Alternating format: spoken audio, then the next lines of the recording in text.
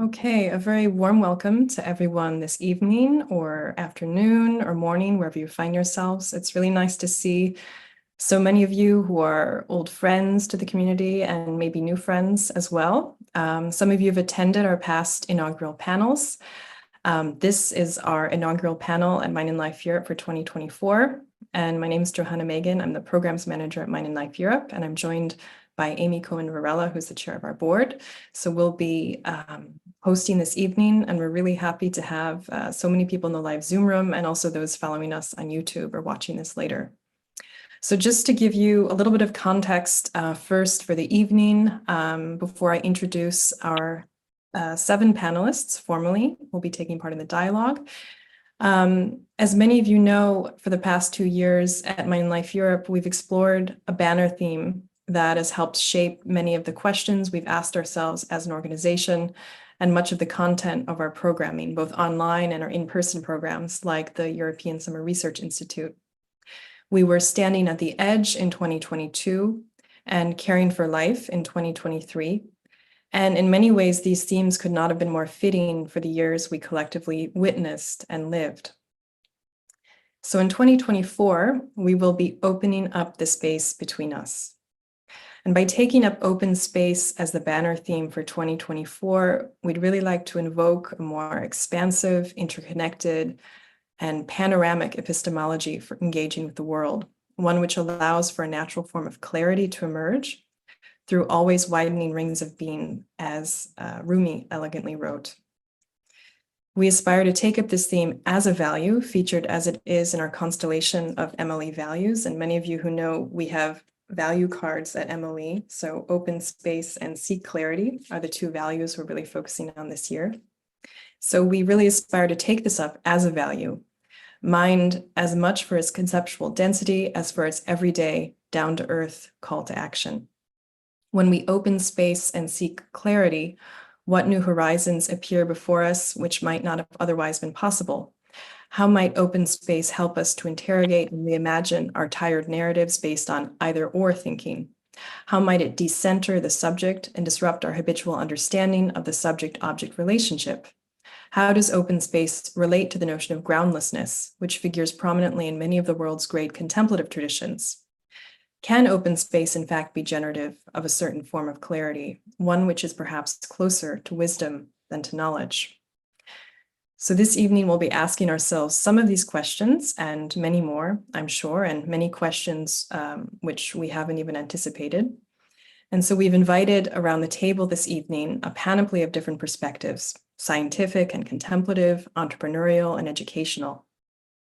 And so before we begin, I'd like to briefly introduce each of our panelists in alphabetical order, so you can get to know their work a little bit more and also the context and horizon from which they come. So starting with Dr. Laura Candiotto. Dr. Laura Candiotto is Associate Professor in Philosophy at the Center for Ethics at the University of Pardubice in the Czech Republic. Originally from Italy, she moved to Scotland, France, and Germany in the last 7 years to carry out different research projects on the philosophy of emotions. Her research focuses on the epistemic role of emotions as embedded in dialogical interactions and communities of inquiry. She's focused extensively on love, wonder, compassion, and shame, bridging her expertise in the Socratic method of inquiry and the enactive approach to participatory sense-making, which I hope we'll hear a little bit about this evening. She is now exploring the enactive and pragmatist approaches to human sensibility and shared sentience. As a Tibetan Buddhist practitioner, she has a long-standing interest in the transformation of negative emotions, the intertwining of compassion and wisdom, and the role of desire, aspiration, devotion, and embodiment in contemplative practice. And so our second panelist is Dr. Joanna Cook. Dr. Joanna Cook, or Jo Cook, is a reader in medical anthropology and former head of medical anthropology at the University College London. Her research in Thailand and the UK focuses on meditation practice and why it matters to people. She is the author of Meditation in Modern Buddhism, Renunciation and Change in Thai Monastic Life, out from Cambridge University Press, and Making a Mindful Nation, Mental Health, Metacognition, and Governance in the 21st Century, just out from Princeton University Press in 2023. She is also the co-editor of Unsettling Anthropologies of Care, The State We're In, Reflecting on Democracy's Troubles, Detachment, Essays on the Limits of Rational Thinking, and Southeast Asian Perspectives on Power. Our third panelist this evening, Professor Jade Garfield, chairs the philosophy department and directs the Buddhist Studies program and Tibetan Studies in India program at Smith College in the US. He is also visiting professor of Buddhist philosophy at Harvard Divinity School, professor of philosophy at Melbourne University, and adjunct professor of philosophy at the Central Institute of Higher Tibetan Studies. AcademicInfluence.com has identified him as one of the 50 most influential philosophers in the world over the past decade. Garfield's research interests address topics in the foundations of cognitive science and the philosophy of mind, metaphysics, the history of modern Indian philosophy, ethics, epistemology, and the philosophy of logic, the philosophy of the Scottish Enlightenment methodology and cross-cultural interpretation, and topics in Buddhist philosophy, particularly Indo-Tibetan, Madhyamaka, and Yogacara. He is the author or editor of over 30 books and nearly 200 articles, chapters, and reviews. Our next panelist is Venerable Gendon Losang, who is a Dutch Buddhist monk, resident teacher of the Maitreya Institute in Amsterdam, visiting teacher of the Jamyang Buddhist Center in Leeds, Garuda in Monaco, and the One Dharma in Portugal. Having been ordained in 2006, he studied Buddhist philosophy and psychology at the Nalanda Monastery in France, after which he spent over 4 years in solitary retreat in both Tibetan Gelug and Theravada monasteries in France, Nepal, and Burma. He has been developing for some time a platform, which is now officially launched, just to note, for the long-term support of Western meditators called the Buddha Project, that combines traditional methods and contemporary theory in collaboration with Nicolas Pellerin, a researcher from Toulouse University, aiming to investigate perceptual and semiotic evolution in long-term meditators. He's active in interreligious dialogue and practice, working together with Benedictine monastic communities and a Turkish Mevlevi Dargah. Our next panelist, Dr. Perla Kaliman, holds a PhD in biochemistry. She's an honorary fellow at the Center for Healthy Minds at the University of Wisconsin-Madison, and she explores the gene expression and epigenetic impact of meditation practice. She's an associate professor of nutrition and public health at the Universitat Oberta in Catalunya, where she teaches nutrigenomics. She collaborates with the NGO Innocence in Danger Colombia, exploring the psychological and epigenetic benefits of a program to heal trauma in adolescents with a history of multiple adverse childhood experiences. She's published many scientific articles and co-edited the book Epigenetics of Lifestyle, and she's the author of a neuroscience cooking book on food for brain health with the chef Miguel Aguilar. She's also founded the nonprofit organization Generation Alpha Minds, dedicated to developing and scientifically validating programs to promote children's resilience and mental health in vulnerable communities. Our next panelist, coming from Plum Village this evening, is Brother Phap Lin, or Brother Spirit. He is a Zen Buddhist monk, musician, and seeker, as he describes himself. He began his monastic training with Thich Nhat Hanh in Plum Village in February 2008, and has since composed many of the community's most beloved chants. Before ordaining, he studied mathematics at Cambridge and worked professionally as a composer. A co-founder of the Wake Up movement for young people, active in 28 countries with over 2,000 members. Today, Brother Phap Lin is actively engaged in teaching applied mindfulness to climate activists, business leaders, artists, and scientists. As a leading voice in the new generation of Buddhist monastics in the West, he is passionate about exploring how meditators and scientists can help each other go further on the path of understanding and discovery. Brother Phap Lin's work is animated by the conviction that a modern form of monasticism will play a crucial role in bringing about a more compassionate society and a much-needed collective awakening to our interbeing with all of life. Finally, our final panelist is Eric Rinner, a Luxembourger based in Lausanne. He has a 29-year experience in private equity and corporate governance. He is the managing partner of his own investment firm, Milestone Investisseurs, and he's also a board member and senior trainer with Potential Project, the global training company in corporate-based mindfulness programs. And I should mention also that Eric is one of the board members of Mind and Life Europe as well. Eric's core skills include initiating change on board level, and at the level of the board, negotiation, advising management teams on value creation and leadership. He sits on the board of private companies and trusts in Luxembourg, London, Denmark, and Switzerland. Eric has had a daily mindfulness practice for over 13 years and is regularly on silent retreat. He received his MBA from Columbia Business School in New York and is an executive coach. He also teaches at the University of Strasbourg in the Medicine, Meditation, and Neuroscience program and is a registered mindfulness MBSR teacher. Eric gives all his mindfulness training fees to Karina Sechin and the Global Nomads in Tibet. And last but not least, I'd like to introduce our moderator this evening, whom many of you know, Amy Cohen-Varela, who is the chairperson of the Mind and Life Europe board and involved with Mind and Life since its inception. She's also a clinical psychologist specialized in psychodynamic therapy and philosophy. Amy studied comparative literature at Brown and Columbia universities before moving to Paris in the early 1980s, where she received her degree in clinical psychology at the University of Paris 7, with a specialty in psychodynamic theory and practice, and in parallel, completed psychoanalytic training. So that was quite a lot to get us started, but I hope you're all excited to hear from our 8 panelists really, with Amy here this evening. And so I am very happy to welcome all of the panelists and welcome all of you in the audience, and to pass the baton to Amy, who will be guiding us for the start of our discussion. Thank you so much, Johanna.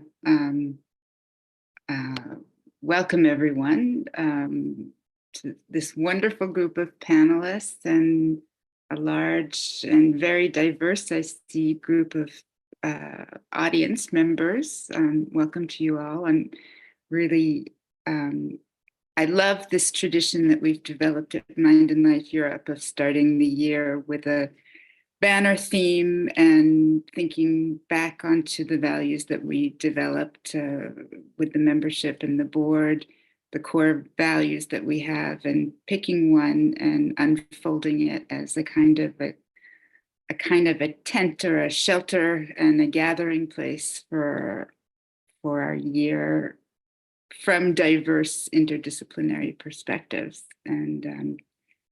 And so as we enter 2024, we're opening up the space. And I'd like to start. So the way I'd like to work with you is I do have some questions and some quotes and some themes, but I'd really like you, I know each one of you can take each question and each theme and run with it, and it would be equally as interesting, actually probably way more interesting, if you just got into relaxed conversation with one another. I will most likely have something to pop in with at any point, but so don't worry about raising hands particularly, or about waiting for sort of a Q&A type of thing. We'd like this to be as much of a conversation as it can be.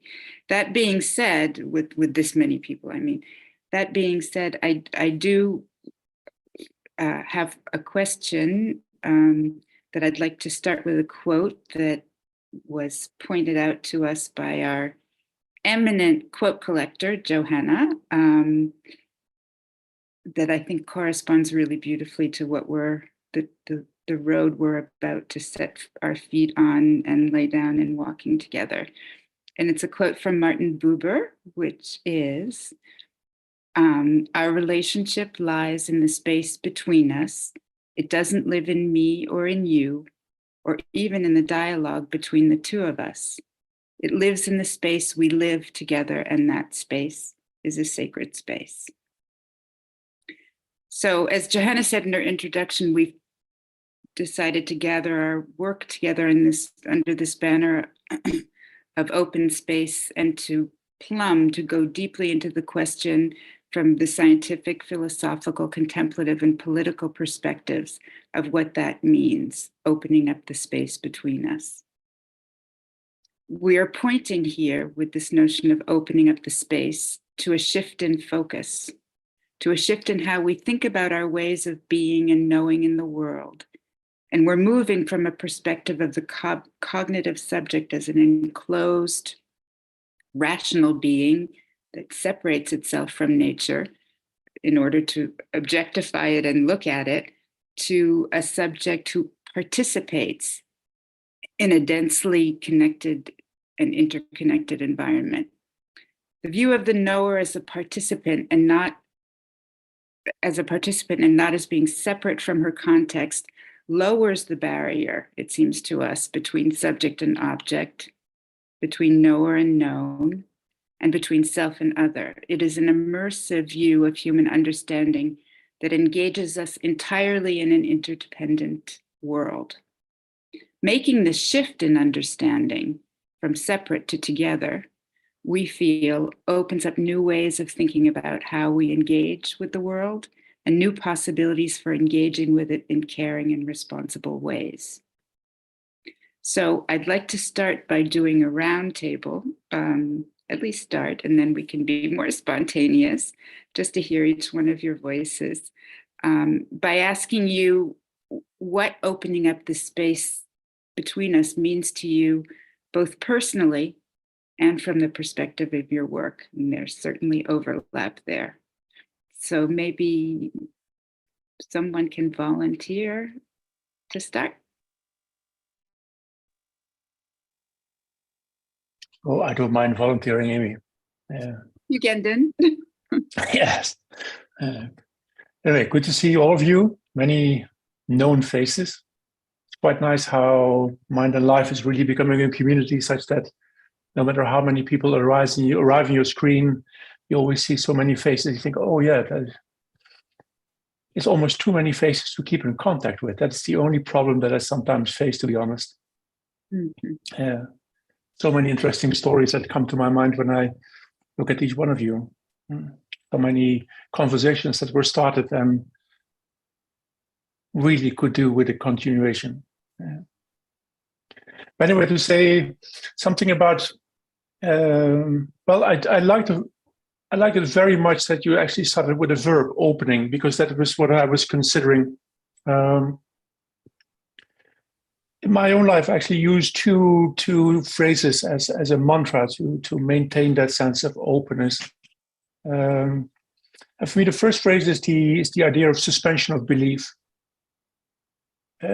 To notice that when we go into a situation, when we meet others, and we have preconceived ideas, then the way we encounter the other is from within that perspective of our project. When we have a competitive agenda or someone has something else that we want to put on the table, then everyone else seems to appear to us as an instrument of that which we hold.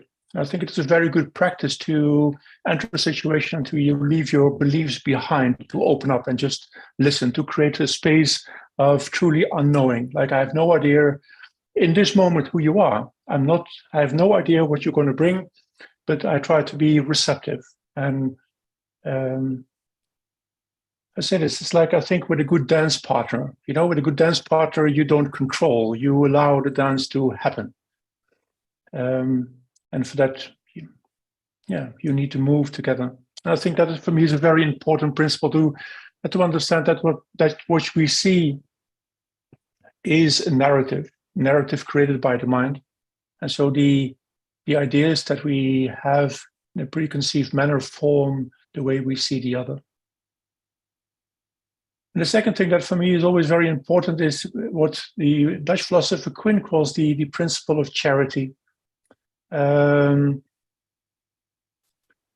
To be kind to the way we receive the words or the behavior of someone else, and to take for granted that what the other person has to say means the most to that person, has the maximum meaning, one could say, and to interpret it moreover in such a way, as he says, that it leads to agreement rather than to conflict. So to enter a situation, to enter a conversation, trying to find common ground, as His Holiness the Dalai Lama often says, before anything else, we're all just human beings. And to find that humanity in the other source, I think, is a very good start.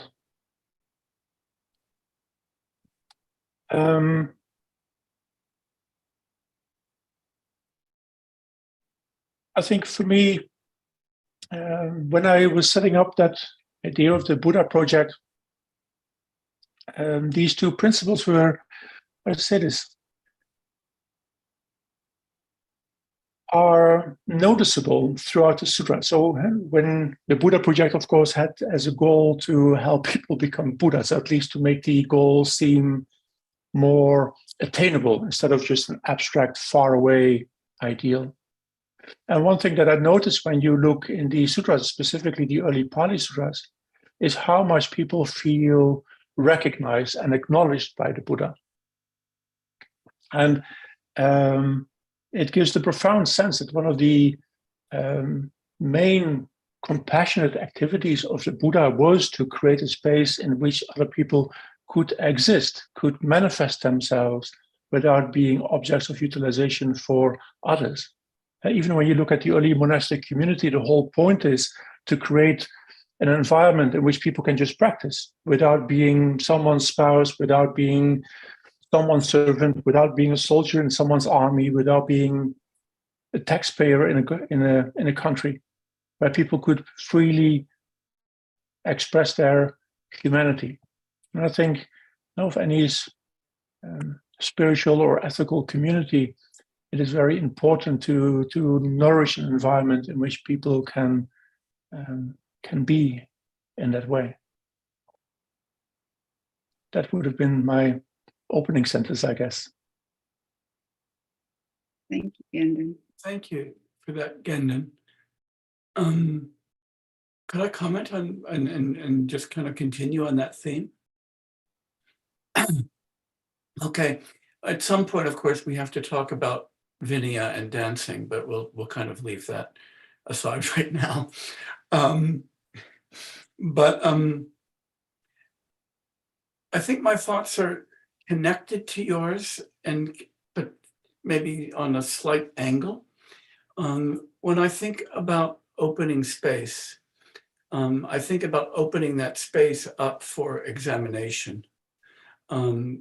So the whole root of samsara is in primal confusion and a deep confusion about the nature of reality. And I've always thought that one of the deepest aspects of that confusion is the illusion of immediacy and directness. The idea that somehow, and this gets back to what Amy said as well, that somehow what I am is this kind of clear instrument that immediately sees the world just as it is, and that there's nothing mediating that. And when we do that, we fail to see that there is a space between us and reality. And in that space, we kind of interpose all kinds of fictions. And one of the fictions is the fiction of kind of clarity and passivity, that I just sort of see the world as it is rather than construct it. And I see others just as they are rather than as I construct them. And that can lead to just a refusal, maybe not a refusal, but a failure to take responsibility for our own contribution to our experience and our own contribution to the world around us. And so for me, part of opening up that space is opening up that space of relationality between us that allows us to really foreground what we're doing when we experience reality, as opposed to just passively receiving it. And when I kind of keep thinking that through, there's also this issue of relationality between us. And Amy began by talking about interdependence, and you talked about interdependence, Gendon, as well. And it's so easy when we think about interdependence to fall into the same kind of illusion, to think that somehow what that means is that there's me, and then there's you, and then there's you, and each of these independent things is related to the other one in some way.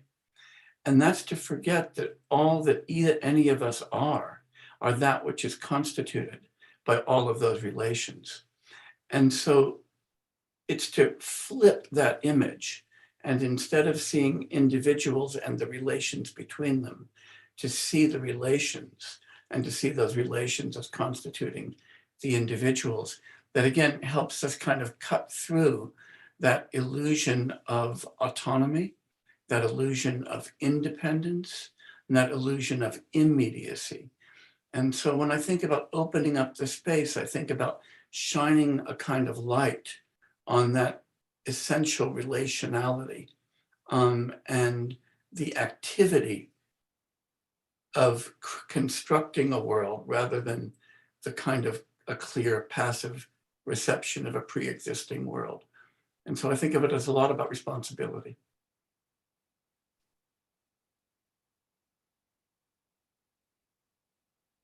I said I wasn't going to call on anyone, but I think Laura, maybe you could step in here if you're ready. Yes, sure. Thank you, Amy. And hello, everyone. I'm very happy to be here to take part to this conversation. There is already so many interesting things around us, not only around us. I think that they are emerging out of our conversation, right? Because really, when I come today here, I was really curious to see what will emerge out of it. And I'm saying this because for me, this opening up the space between us has really to do with this attitude.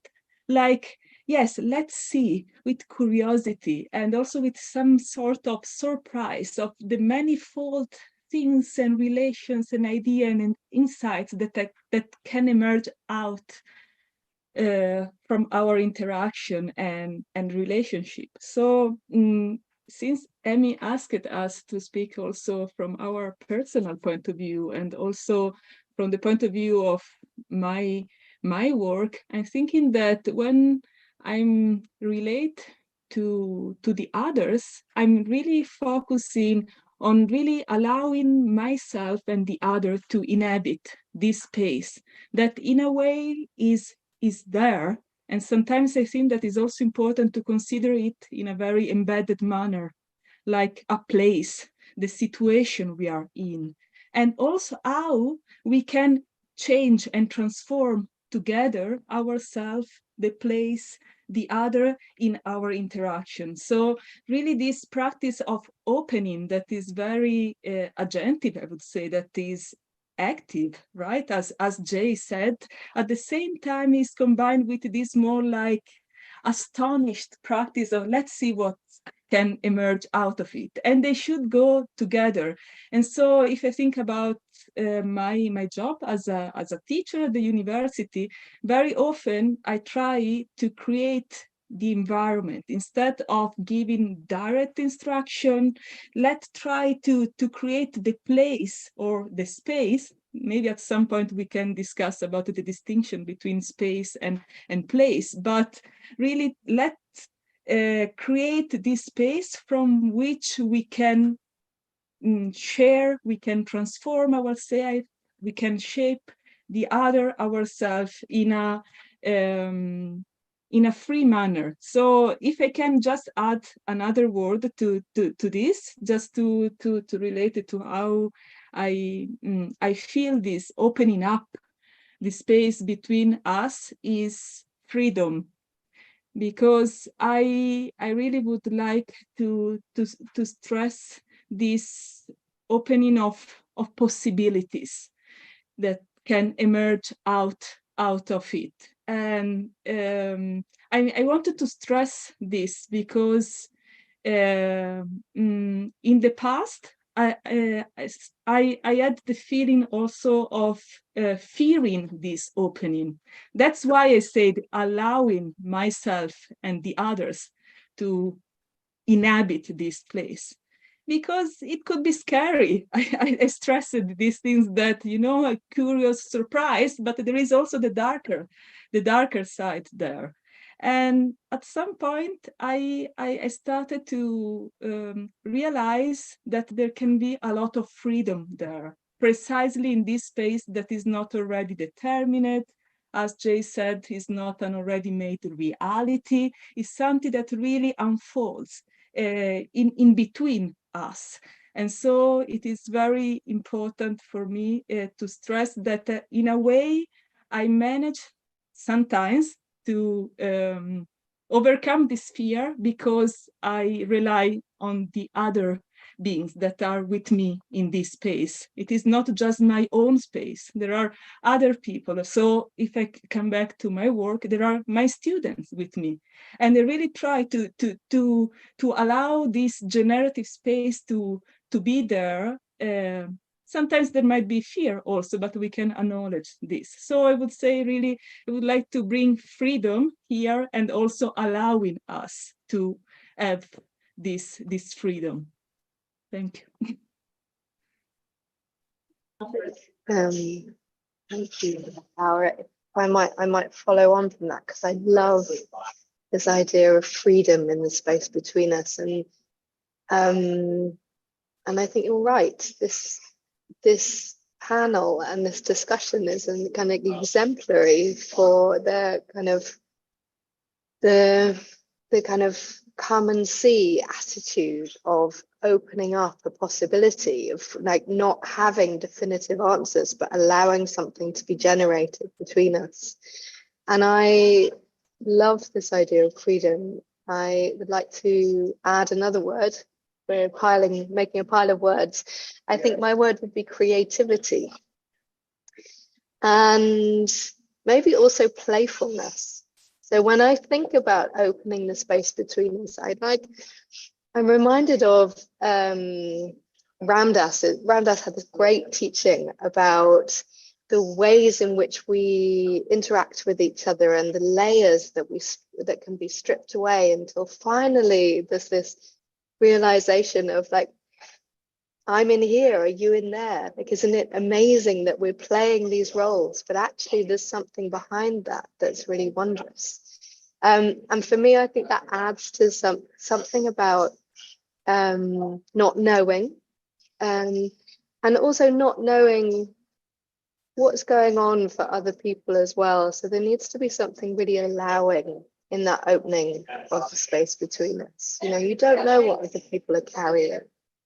And I remember once doing a gig, like a conference with Ajahn Amaro, who's an amazing monk, such a really inspiring teacher. And this event was in London, and he'd come on the tube to this event in rush hour and had been bombarded with people, and everybody was hustling to get to work, and there was all this stress. And he said to me, it's amazing that I might think that my getting to work is more important than other people getting to work. You know?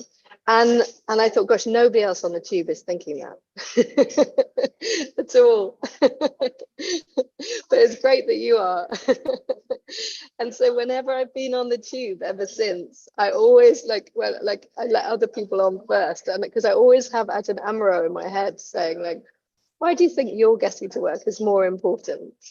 And there's something really playful about that idea that we can step ourselves back a little bit and give a bit more space for that space to emerge, even on the tube in rush hour. It was a great, I thought that was a really, for me, that was a really great teaching. But in my personal life, in my personal life, I have a toddler. So I am constantly opening up a space between the two of us. And there's something about there's an improv comedy principle, which is called yes and. So rather than no but, so if you say in your improvisation, you say, oh, I have a monkey on my shoulder. And somebody says, no, but you don't. Instead of that, you say, yes, and his name is George. And so the improv builds because of this yes and attitude. And it gives that space. And so the space creates something because of the allowance and the commitment that people bring to it, which is potentially, really kind of creative and exciting. So in toddler fielding, like toddler wrangling, like you're constantly dealing with this, the highs and lows, like emotions are strong when you're two.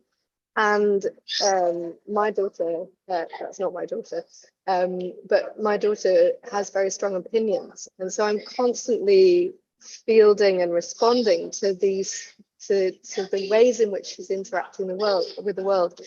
And it's extraordinary how, as soon as you start saying no, but, as soon as you start saying, yes, but you really have to get your pram suit on because we're going to be late, it really shuts down. It gets very difficult, quickly. And so finding ways of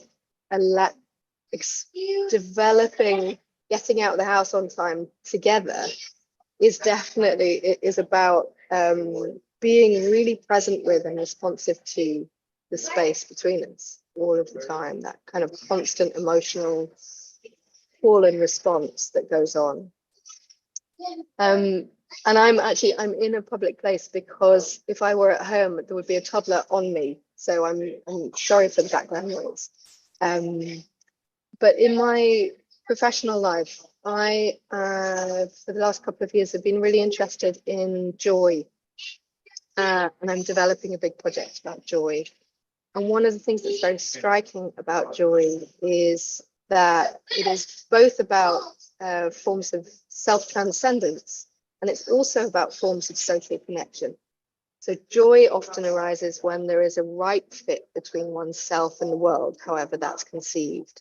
But it's powerfully generated through some form of interaction between the self and the world that goes far beyond the cognitive. There's something powerfully somatic, powerfully emotional about the experience of joy, but there's also something simultaneously powerfully ethical about joy as well. That alignment between one's kind of core values and external experience is really central to that, those really high arousal, positive emotions.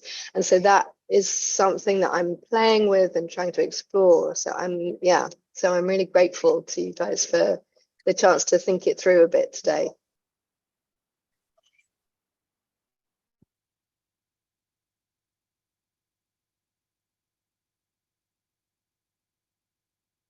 Who would like to go next? I'd be happy to jump in. So yeah, just really appreciating everything that's been said so far. I think when I think about that phrase, opening up the space between us, what comes to mind is the ways in which the type of attention that we bring to bear on the world causes the world to manifest in different ways. So it's in a way what is seen or perceived is dependent, maybe to a greater extent than we usually think, on the kind of attention that we pay to that which is being seen, heard, smelled, tasted, touched, and so on.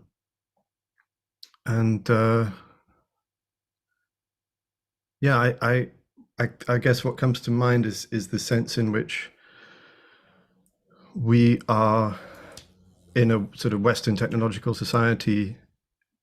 Maybe there's a dominant kind of attention which is trained without us really being aware of it, which is focal, which tends to prioritize what is central, sort of figure over ground, relata over relations, sort of subject, what is maybe what appears to be the sort of central image. And this has been shown in various studies. There's a study that sort of looks at you give people a series of pictures and then ask them to report what it is that they saw, and generally, people who've been educated in the West will talk about what is the figure, what is in the middle, and then people maybe in East Asia, although it's decreasing now as the education system over there changes, will have recognized, will be aware of context, so they'll be able to tell you about not only, I mean, it doesn't mean that they don't notice what's central, but they can also pay attention and be aware of context, whereas those of us who have grown up in the West quite likely to ignore context and in fact have a kind of attention which, without us really being aware of it, decontextualizes things. We cut things from their context and we abstract them, and language is obviously doing that all of the time just by the act of naming, recognizing, and reifying. And in a sense, that's where I slightly disagree with Jay about the primal confusion. I'm not really that I disagree. I'll try and play the yes and game as well, which is yes, yes, the illusion of immediacy and directness, but I think for me, there's also just the primal confusion of reification, of seeing things as being solid and separately existent.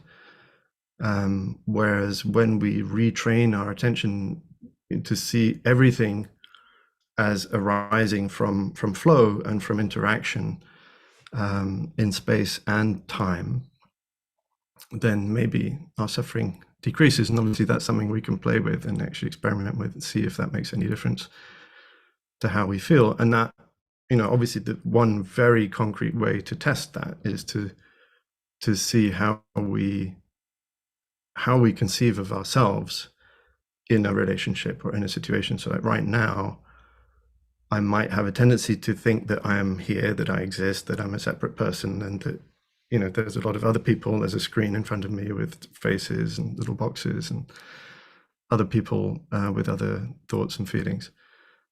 And that might lead to ideas of separation, of maybe a little bit of anxiety or nervousness, trying to look good, trying to sound clever. It has all kinds of consequences.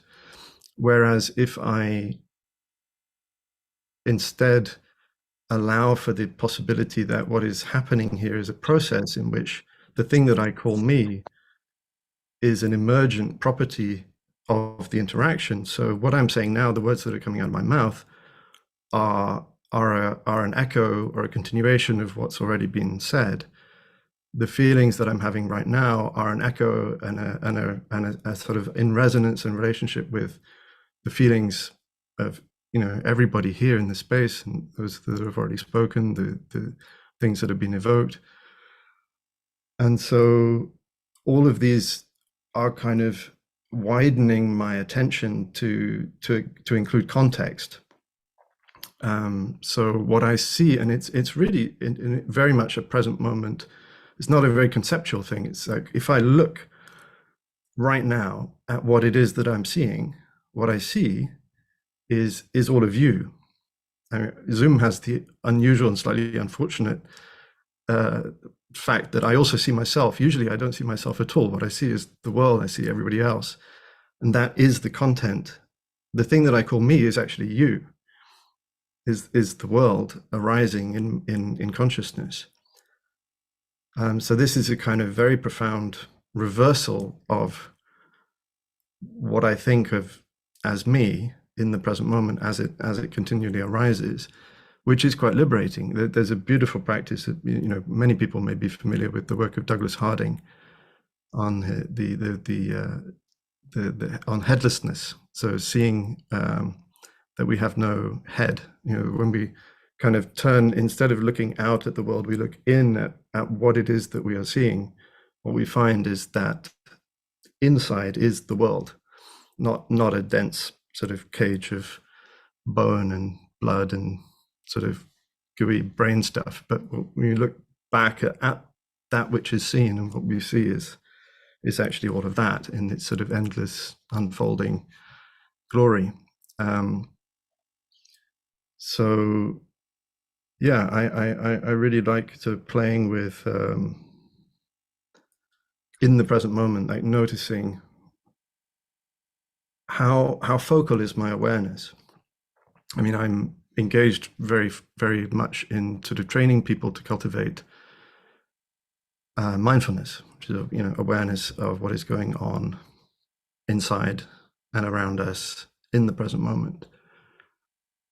And what I notice is that most people, when they first encounter this idea, they tend to think that what they have to train is a very focal kind of awareness. So they think that what it is that is that they're being invited to cultivate is an extremely sort of laser beam, one-pointed focus, say on the breath, or, you know, whatever it is that is being contemplated. And what I've noticed is that whilst that is important to cultivate, that's one kind of awareness that we can cultivate, it's also very important to cultivate this kind of wide open astonishment and wonder, which takes in everything all the time as a kind of flowing gestalt, rather than keep you know, getting fixated on content of an idea, of a person, of a thing, of oneself. There's something a little bit neurotic about that gaze that continually reduces everything, solidifies, fixates everything. And what I like about this is it's practical. It's something that we can actually do continuously. It's not very conceptual. This is a practice of noticing, can I right now widen my awareness to include the room that I'm in? Because that's also me. That's also my body. You know, can I widen my awareness to include Mother Earth? Because Mother Earth is also me. That's the process out of which I am arising, or we are arising. And yet my attention very frequently excludes her from the room, as it were, you know, from the moment where there's this giant planet sitting there. You know, it's quite spectacular, and we mostly just ignore it. So I like playing with, the tendency of my awareness to narrow and to make things focal and small, and then trying to, quite literally, even as I'm looking, I can be aware of what's in the middle, but I can also be aware of what's all around. As I feel, I can be aware of what I feel, you know, somatically in my body, in my contact with the ground. But I can also seemingly extend beyond that to an awareness of this vast space within which these feelings arise. And as I'm with others, I feel like that's also a possibility that's there, that I can be aware not only of this, but also of that in this and this in that, and this sort of prioritizing, as Jay was saying, the relation over the relata. Yeah, those are just some thoughts that were arising in the discussion so far.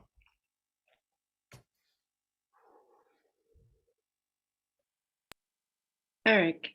Yes, thank you, Brother Palin, because it echoes actually something I've experienced over Christmas and the New Year, because I was in retreat doing this intensive dyad work about who am I, and after 7 days with my partner Marion, who actually says hello to a lot of you. She's in Lhasa, and she sends her love from the Potala, where she was when I talked to her a bit earlier, and we both felt, you know, this incredible opening. And we both, you know, mindfulness practitioners and Buddhist practitioners, but we had this incredible experience early January, feeling that we were effectively that unbounded space, you know, that open awareness that you were talking about. And we were resting in that state, you know, with the heart fully open, letting go of any resistance to be with each other, to be almost like, you know, one space, one consciousness. And I was actually quite strange, because we were supposed to go back to the real world, and we canceled all our, you know, family and professional appointments in the New Year, because it's not possible. You know, people are not going to apprehend where we are at the moment. And our teacher said that it would last around a week. And effectively, you know, we had this incredible sharing and opening of the heart. So for me also, you know, opening the space between us is really linked to what His Holiness calls warm-heartedness. sensing that unbounded space from the heart, and being able to really open up. And it's also linked for me to courage. For example, I'm not a scientist. I'm a baby contemplative, so I find myself in this, great panel, and so I feel like the intruder. And still, I can open up and say, hey, this is, I'm at service of man and life, and this is where I am, and it's okay. And I can be, safe in that space when I recognize it. So for me, it's also about, this sense of courage. And I think, opening up with each other is also linked to what Marion and I practice with the work of Dick Schwartz, the internal family system. When you are open up to first yourself, you have that sense of, that self containing all these parts, and being able also to open up and with someone else, and knowing that each of us, have got all these parts, and it's okay.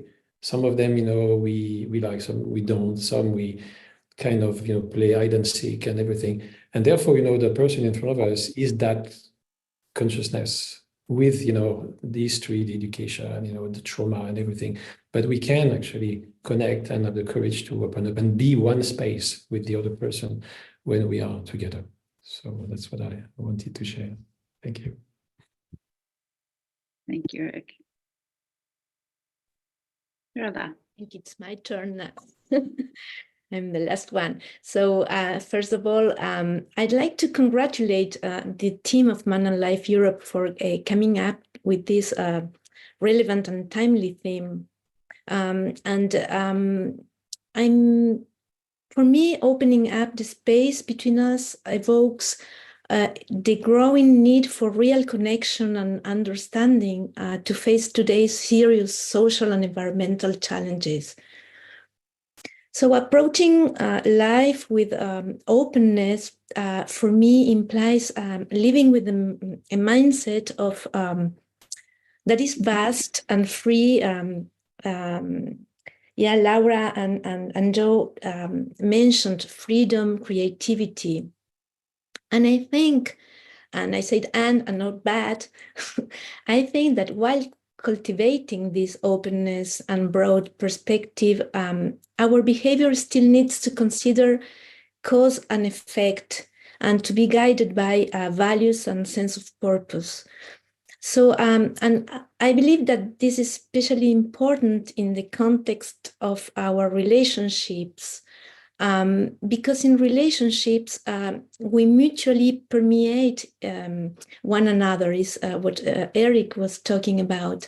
The sum of two persons in relationship create something else.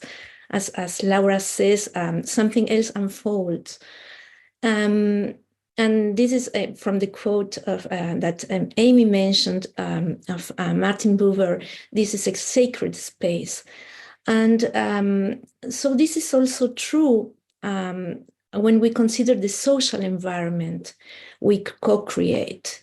So from my scientific perspective and my field of research, we know that the space we live together, this social environment that we co-create, can generate new layers of biological information around our DNA that can be stable, can have long-term impact in health and behavior, and can even be transmitted across generations. So it's so important, this theme, because caring for the space we live and create together, I think it is a path to voluntarily move towards a more compassionate and a healthy world. And today, I think that it's very powerful that this idea, this notion, is not just a beautiful notion and a relevant notion, but also it's evidence-based. And we can translate this scientific knowledge into action to address real-world challenges. So that's what my thoughts about this theme. Thank If you, I can, Amy, I would like to say something answering Perla, because this is really crucial that you open up also the question of the challenging situation, the social dimension of it, because I think that it's very important to, in a way, to have this double view, in a way, to this openness of the space, awareness, clarity, luminosity, and at the same time having this clarity towards the world we are in and all the problems and the troubles that are there, right? And so one thing that I would like to add maybe is that, yes, we needed to allow ourselves to open up, but also to allow the other to step back. So we cannot force this openness.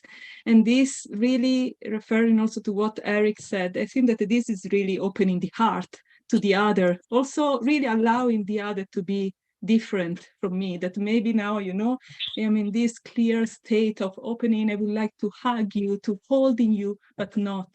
I allow the space in between us, allow you to be yourself different, and even stepping back from this space that we maybe would like to create together, but maybe not. Or maybe it is just me that I would like to create this space, and you don't, right? So I really would like to try to understand this space in this very social dimension, as Perla stressed, and from the perspective of participatory sense-making, understanding space really as something that is constantly changing, that is itself in a process of becoming, is moving. It is not that the space is there and that we can just jump into it and inhabit there. As Hanne de Jager and Ezequiel Di Carlo stressed, we are three at least in a dual relationship, me, you, and the relationship that is in between us, the space that is in between us. And it has some sort of autonomy. And so it is changing as well, even in the situation in which you don't want anymore to talk with me, to share this place with me. And maybe this even could be the cause for a new world that could be created, who knows? But really, I think that this freedom that I tried to bring here tonight by mentioning this word is also this freedom of letting the other be, as Hanne de Jager again wrote in her Loving Epistemology. And this really has to do with love. I think really loving the other in her difference, in her otherness, and also in her closure, maybe. So having this, you know, this dialectical view of opening, closure. At the beginning, maybe we spoke also a bit as a dance. The metaphor of dance is nice, is beautiful. Sometimes could be like, you know, this movement could be more problematic. And I think that we needed to speak also about this when we are talking about this space that is in between us. Who are these us? As Brother Papelin said, what I am is really in relationship to you, is not fixed, right? So me is you there. So depending on this really changing space that is always there, that in a way sometimes we also have to accept. The people who knows me know that I really like to stress the agentic dimension, how much we can create the different words together, how much we needed to nurture this ethical commitment to responding the other in a certain manner. But I really think that we need also to allow this element of passivity, what phenomenologists call it passivity, right? So this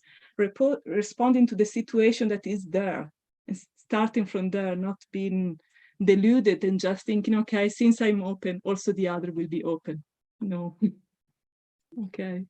Yeah, thank you so much, Roy. If I may add something on this, because you really hit something very important in myself, is when there is this relationship, yes, the other can actually step back and and is free. And the other thing that's very important is when I open the space, I am thinking especially with my partner, to be truthful to myself, and truthful, of course, to the other person, and for the other person to be truthful to herself.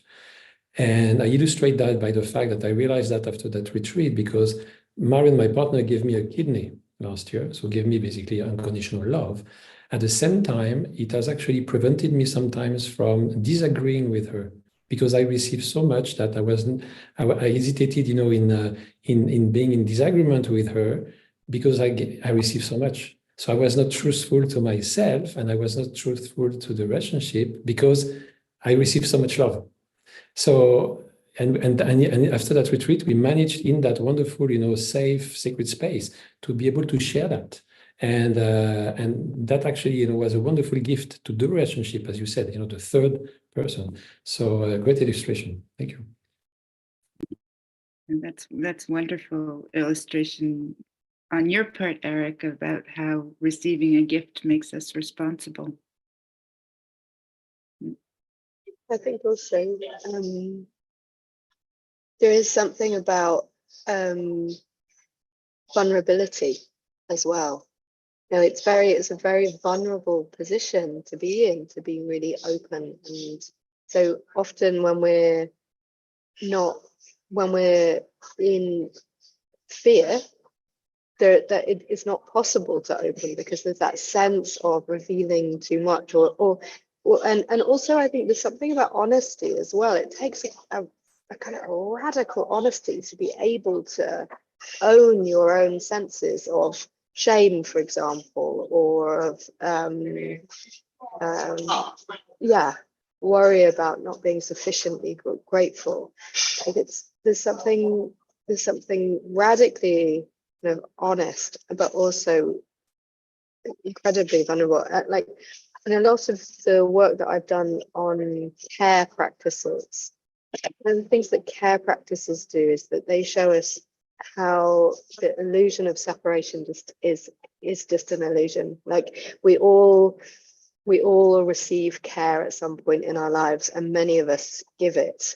And the idea of human bodies being dependent on other human bodies really implicates us in the messiness of kind of interrelational being. And often those experiences, are virtuous. They are motivated by compassion and love and altruism and so on. But they also have quite a messy shadow side. Care is hard. And it often comes with a dose of resentment or frustration or exhaustion. And being able to recognize that kind of backstage of care work is, I think, a really important aspect of opening up to the full kind of humanity of the situation that we're in, and making space for all of that, I think, is really important. Those were my thoughts. Yeah, I will jump in there, because I think that from what Joe says, what comes to my mind is that this idea of opening up and transformation through this opening up, in fact, is a gradient between agency, which is the ability to and the possibility to influence space or to influence change, and vulnerability, when there is influence that are beyond our control. So sometimes this opening and this transformation can be perceived as empowering, and in fact it involves a gradient of states that go from having control to or having some kind of positive transformation, to being susceptible to some kind of harm. So this is critical to consider it when we explore also the space we live together.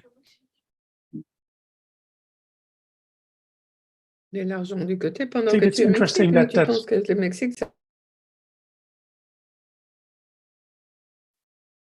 was interesting French contribution. I think an interesting point that comes now to the fore is that this openness also involves openness to oneself. And that to a large extent, we are also other to ourselves. When we take the body or when we take our mind through mind, it is as new to ourselves as it is to others. So the outer space, as Brother Fablin and Jay Garfield highlighted, of course, is within us. And at the same time, we are also sometimes, we seem to be outside of ourselves as well. I resonate strongly with what Joe was saying, in the sense that one of the things that is imposed on us both by our society and by our fundamental confusion, as Jay Gao called it, is a sense of permanence, right? That sense of unchangingness, and that disallowance for us to behave differently in different moments. And that as Laura was saying, that sometimes you need to step back, but that doesn't mean that you're a backstepper. That is sometimes just a need that is there. There is a narrative unfolding, and with that narrative, this is the place that you take. You know, we are not indeed separate things that then go into a relationship with each other. We are remade by the relationship itself. And this is also a discovery for ourselves. And in some moments you have no answer, or you have no defenses, or you have nothing really to say. And I meant by the dance actually not so much closeness, because indeed this openness can also become quite a project. Like, oh, we need also to be all we need to be one, you know, we need to agree with each other, we need to be hugging. But sometimes this can be way too much, and in fact quite imposing a form of behavior as well. I think one more thing that I wanted to add about this openness to then bring in something of what Perla said. I think what this openness also does is that sometimes, I think very often, we get over-focused on very narrow problems in the world. Now we focus on climate change, or we focus on environmental destruction, or we focus on inequality and poverty and so on and so forth. And I think what this open regard also does is to, on the one hand, see how all these challenges that we face are deeply interrelated, how inequality is highly contributing to our environmental destruction and highly contributing to the mental health care problem that we have, but also highly contributes to how we experience ourselves. That is always important to observe, specifically now that conflict is mounting. I mean, and what was once conceived to be the middle of our planet, things are going pretty badly. And it is very important also to observe how that afflicts us, how this brings insecurity, about how that makes us so aware of our vulnerability in this world. And so I think that open awareness in that sense is very important to see how our outer world relates inside and vice versa, but also how the great variety of challenges and riches in our world also are deeply interrelated, and how we can navigate them in a more wholesome way. And I think the last point that I wanted to make is that thing of joy, because I think that is one of the most underappreciated aspects of our humanity, or maybe of a living being. Because I think one of the ways I prefer to translate it is appreciative joy, is when the mind observes something that might be a person, that might be oneself, that might be a relationship, and just is appreciative of maybe just simply being there. And because every moment of seeing each other is also a moment where the other arises within you, and you know that you have just arisen in the other as well, which is of an unfathomable intimacy. Thank you so much for that, Gendon. It also occurred to me as you were talking, but also as Laura and Joe were talking, how central the phenomenon of trust is to this openness. And it can be really easy to forget how much the interrelated field of human life depends upon networks of trust. It's so pervasive that we don't notice it, like water for a fish. And that trust has to not only be trust in others, but trust in ourselves, trust in the face of impermanence, that we can go forward. And that kind of trust, it's different from confidence, right? Because it involves a sense of shared purpose, and a sense that we're kind of in this together, and that we recognize one another as colleagues and friends and co-creators of the field that makes that trust possible. As I was thinking about that, it took me back to something that Laura and Joe said early on that just rang a nice bell, and that was thinking about the difference between place and space. And the moment you mentioned space, I was thinking about the idea of basho in the way that Nishitani think about that. And then the difference between that and space, when, you know, in the Tao Te Ching, we kind of read a house as 4 walls and a roof, but it's the space inside that makes it habitable. That the spokes converge on the center, but it's the space in the center that makes the wheel turn. And that we think of space as what makes things possible. It's that openness that allows us to do things.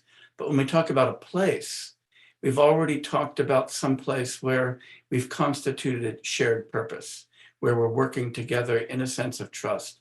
So I was thinking of the space of us, and that brought you the idea of play, right? When we play, or playfulness, we're playing roles. We're playing the roles that are constituted by our interconnectedness, the roles of friends, the roles of parents, the roles of children, the roles of teachers, and the roles of students, and so forth.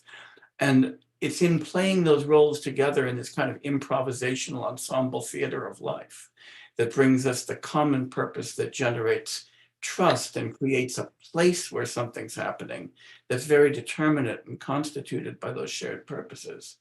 But we have to always remember that place itself is an impermanent phenomenon that can dissolve as our relations change, as our purposes change, but that the space that makes places possible is kind of anterior to that.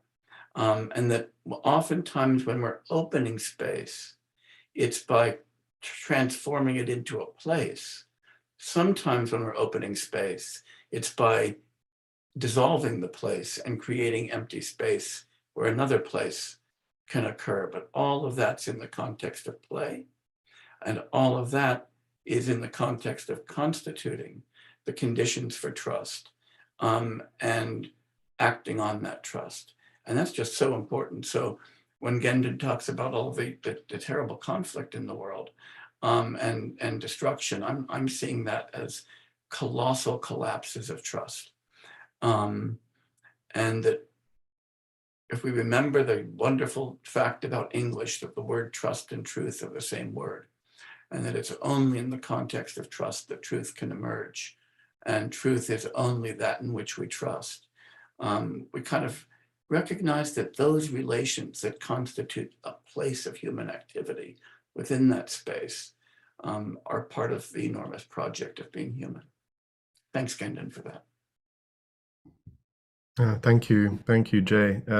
Many things resonating in what you just said, but also what everybody else just said. I really like sort of bringing up that connection between truth and trust, because then that's the way in which we can remember that in truth there's already relationship, because there's no trust, or there's no pledge, there's no truth without there being, you know, a relationship. So truth implies a relationship already.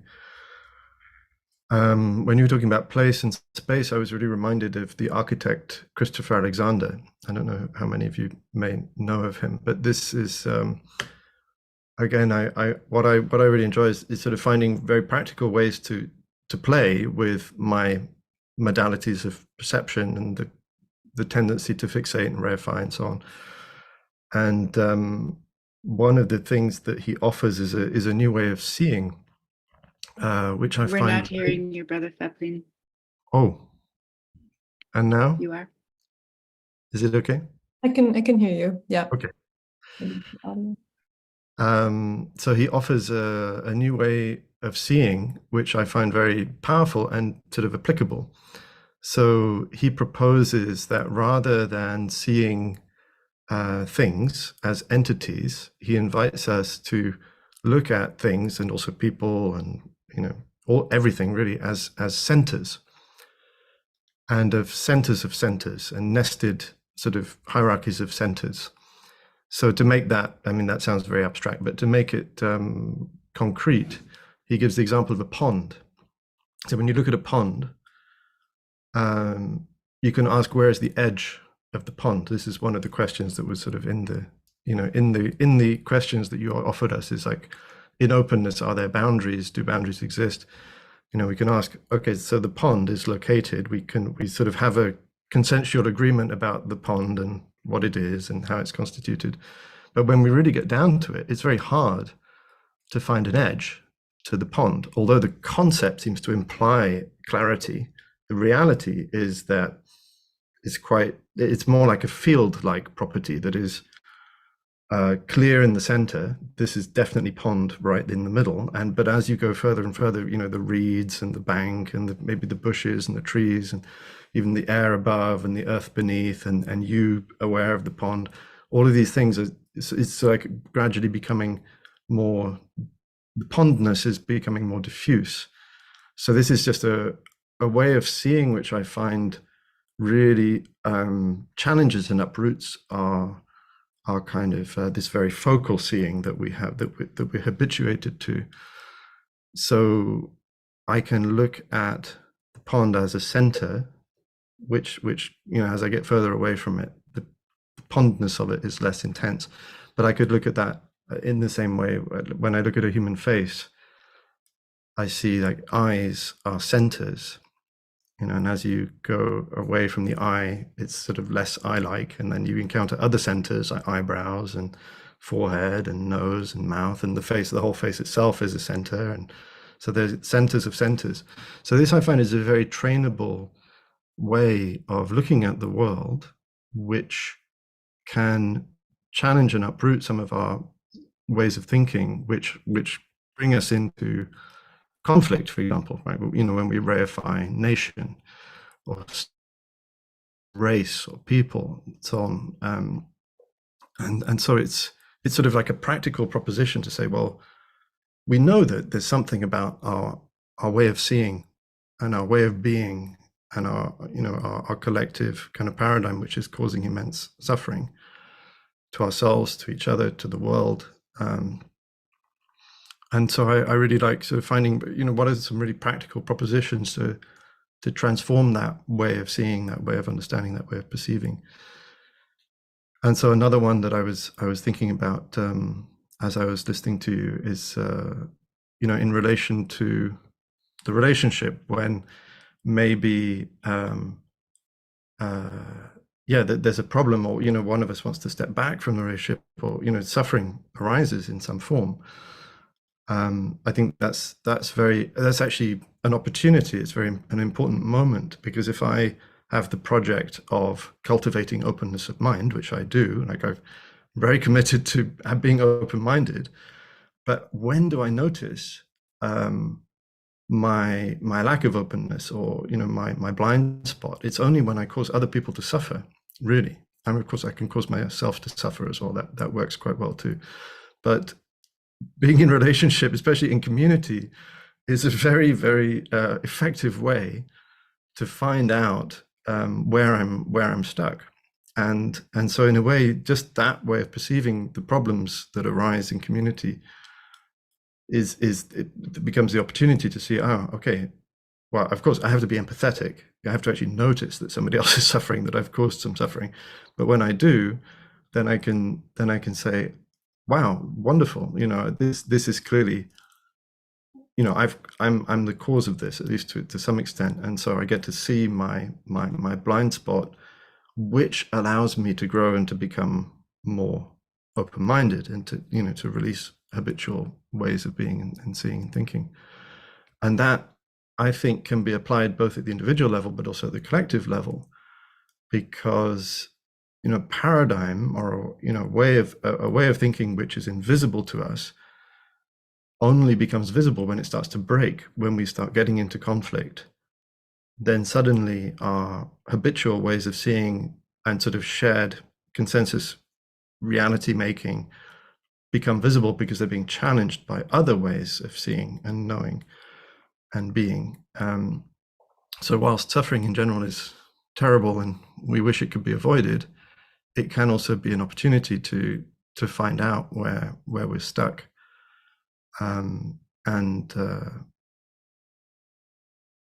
Yeah, I think all of these crisis moments are also moments in the past where we've seen paradigms break and allow for the possibility of something new to be born. So I try to look at what's happening right now also in those terms, whilst also wanting to feel the pain of what's happening, because I think that's part of the paradigm shifting and breaking is allowing ourselves to feel the horror of it, and the horror of, you know, the suffering of the world and of ourselves and of each other. Yeah, and that I think can be the motivation to really examine, like, how am I contributing to this? What ways of thinking, seeing, and being, you know, are constituting this conflict and this problem.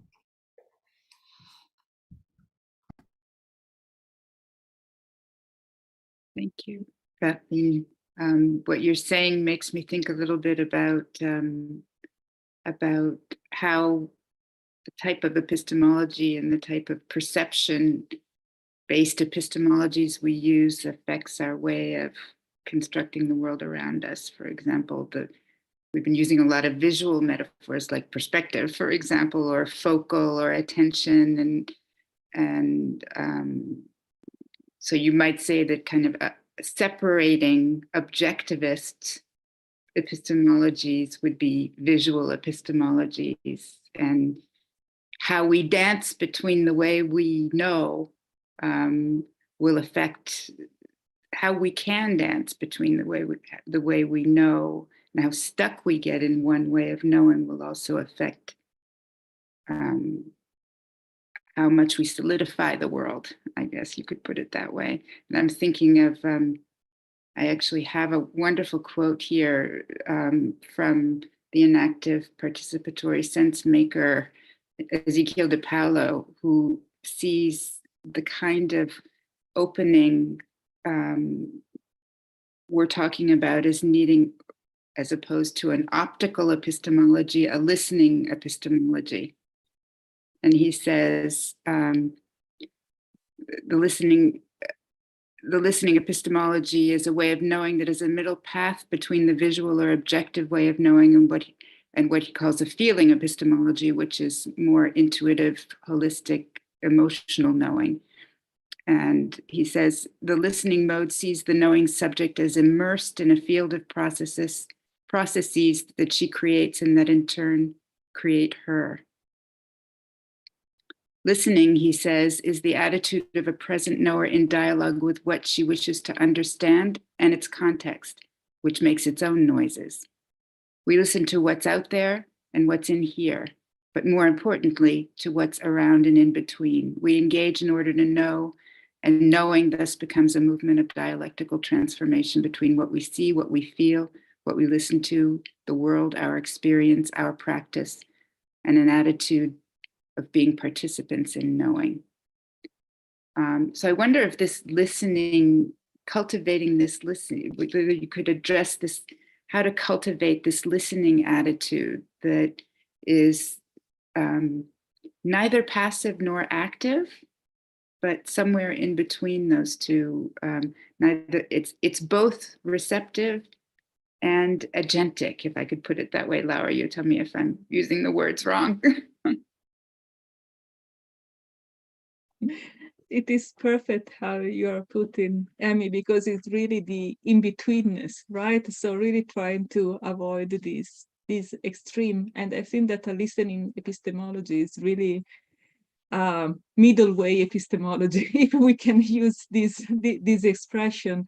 And if I can relate to it before saying something about listening, because you know that this is a concept I'm working a lot, and I care a lot about this concept in an action.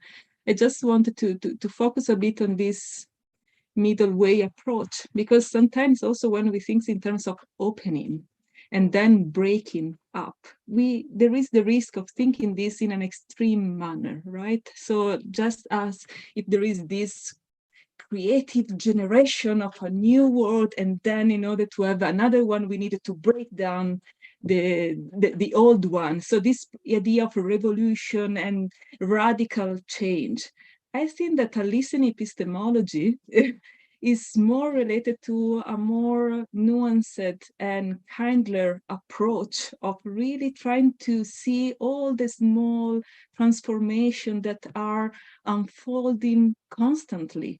So it is not really that, I would say that this dialectic that is in place is just that, you know, that we have the moment of creation and then the moment of destruction, life and death, and you know, this that can really sound too much, I would say. I think that this list, what, please, Amy? I was just going to interject that provokes resistance.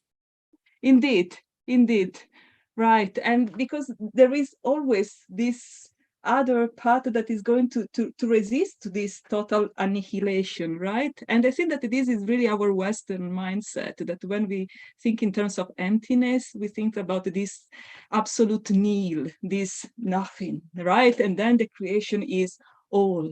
And so for coming back to this listening epistemology, I would really like to connect this to this cultivation of a different attitude to what is there and what can unfold and emerge out of it in a constant manner, also in a way for transforming our habits of perception, you know? So instead of thinking in terms of radical change, focusing on habits that is more these more plastic and cultivated ways of interacting and dealing with a situation.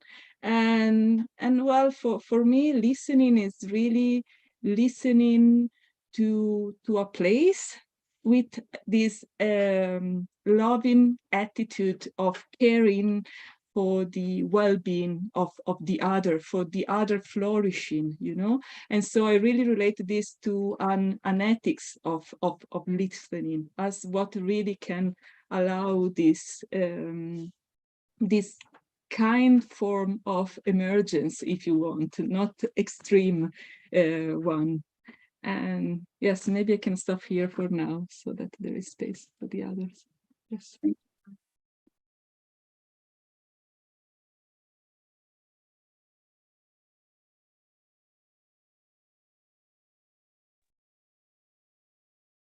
And we also wanted to mention that, so we've got just about a half an hour left. So if you'd all be willing to, maybe on this note of listening and opening up to a more panoramic form of knowing, we might also invite some people from the audience to participate, offering some questions or comments or even reflections just based on what you've said, Laura. It could be interesting to fold some more voices into the dialogue since we have about 25, 30 minutes left.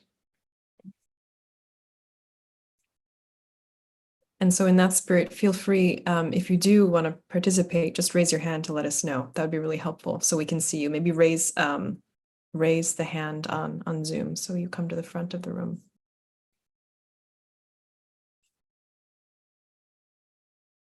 Sure, yeah. B, would you like to open your mic?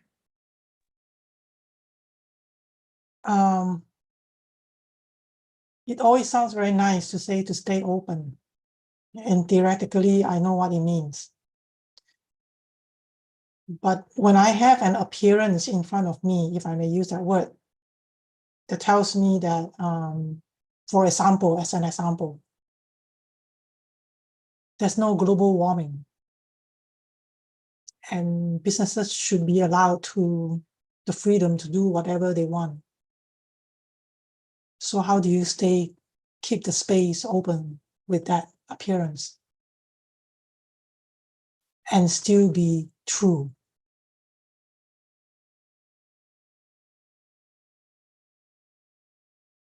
Or I can just walk away, I suppose. Would anyone like to address B's question? I don't think you want to walk away from that. But I do think that those can be, even if very difficult, opportunities for dialogue with integrity. That where you have an opportunity to help somebody interrogate their beliefs. It doesn't mean you're going to succeed, but I think that oftentimes people who believe things that we find repugnant expect those of us who disagree to disagree with disrespect and to get a good battle going.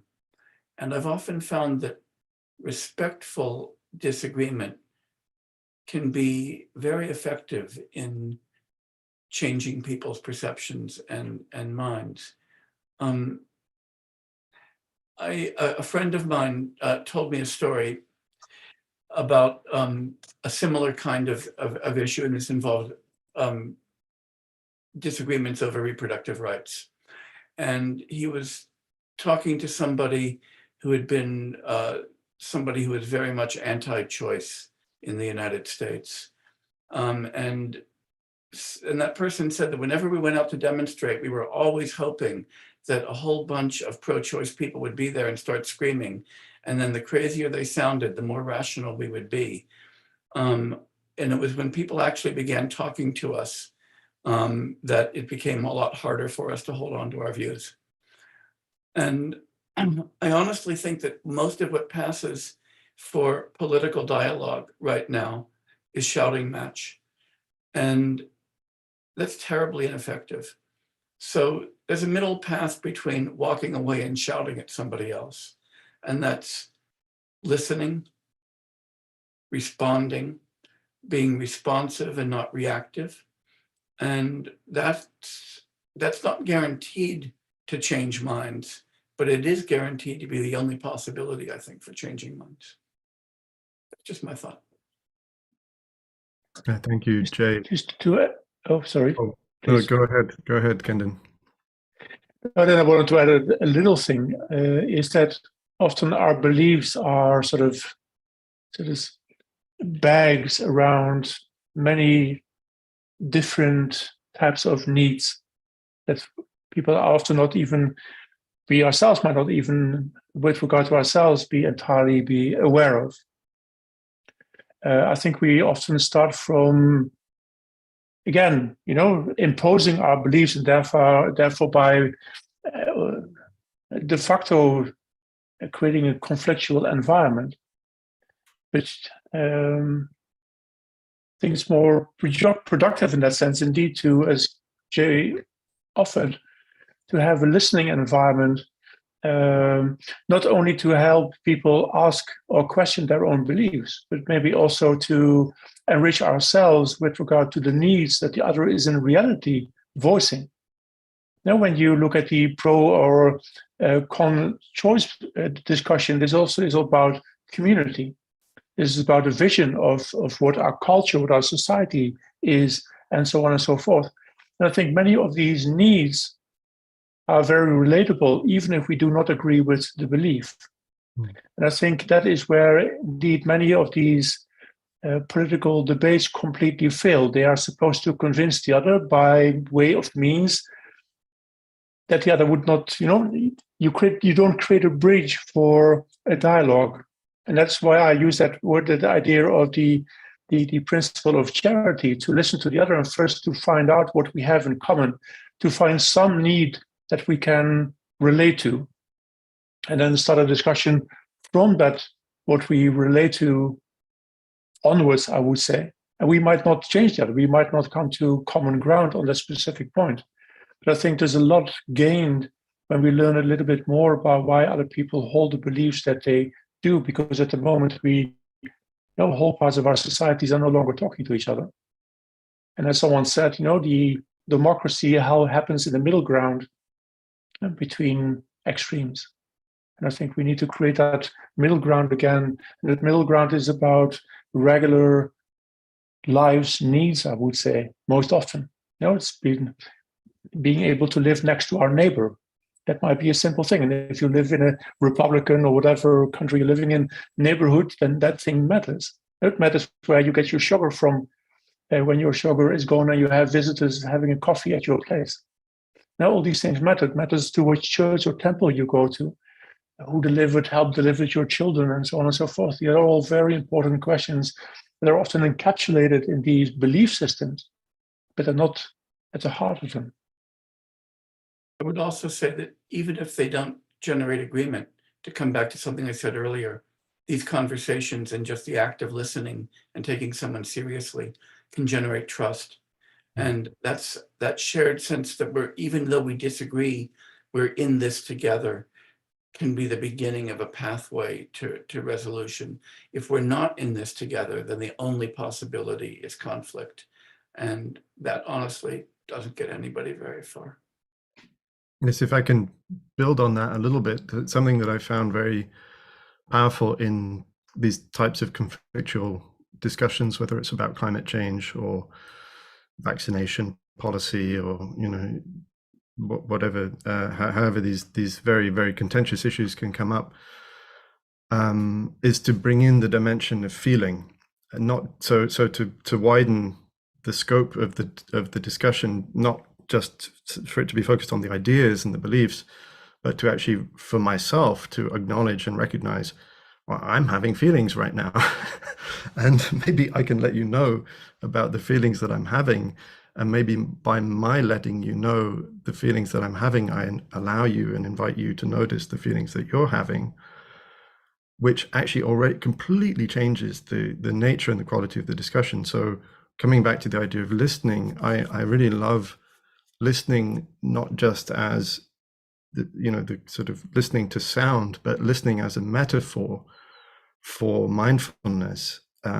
So I really find that listening is what is closest to the experience of being in touch with my feelings in the present moment. I'm listening to my body. I'm listening to my somatic responses to what is being said. And sometimes just noticing, for example, that an emotional charge has suddenly built up very rapidly in a conversation, and to acknowledge that and say, wow, I'm really aware that I'm feeling really strongly in this situation. I'm feeling threatened. Maybe I feel upset somehow. I feel sick in my stomach.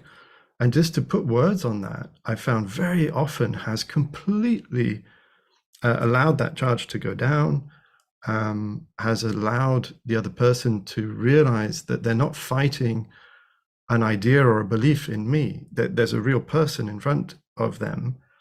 And then we often end up speaking more about how we're feeling than, what seemed to be the topic of debate, which was the belief or the idea.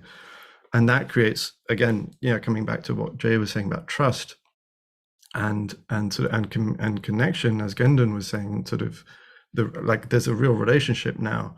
And it doesn't mean that we agree necessarily. Very often, in the end, I mean, that process of openness and going and welcoming in the feelings and acknowledging them does not mean that I'm going to condone or agree with, what the other person believes, but or that they will agree with my beliefs.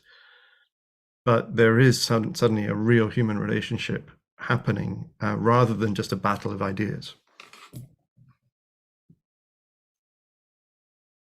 If I can just add very quickly to it, I just wanted to mention that this approach that Brother Paplin expressed so well, thank you very much. Really, this is so important, resonates so much with the inactive approach to listening, because we really start from the feeling body.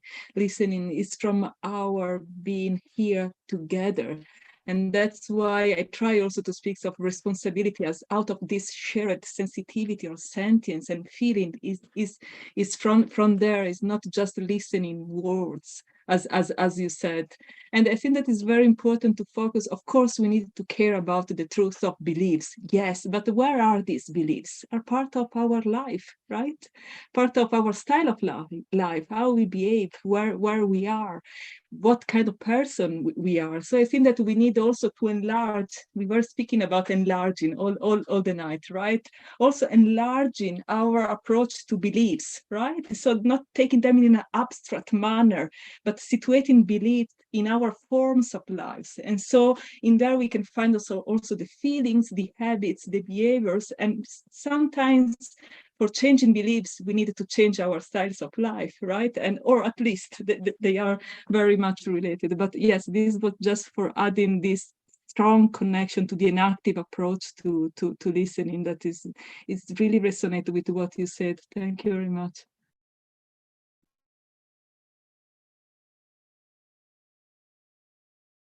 If I can just follow up, there was a time that I thought that maybe that can be my contribution.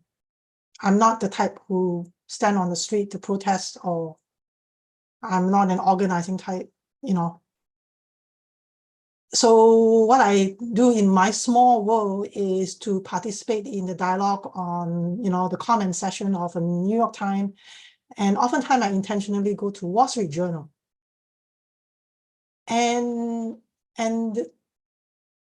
in Wall Street Journal, oftentimes I do get intelligent responses, not just people calling names. And the back and forth will go on and on for a while. But it never led anywhere. And I found the whole thing too tedious. Before I know it, hours have passed.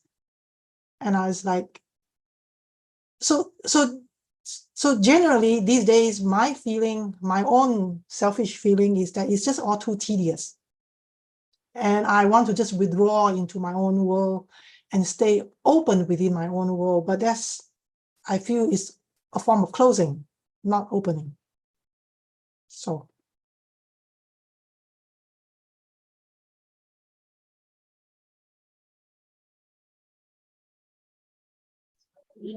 One of the things that I was trying to find a quote when you were speaking earlier, Laura, that I think relates a little bit to what you're saying, Boo.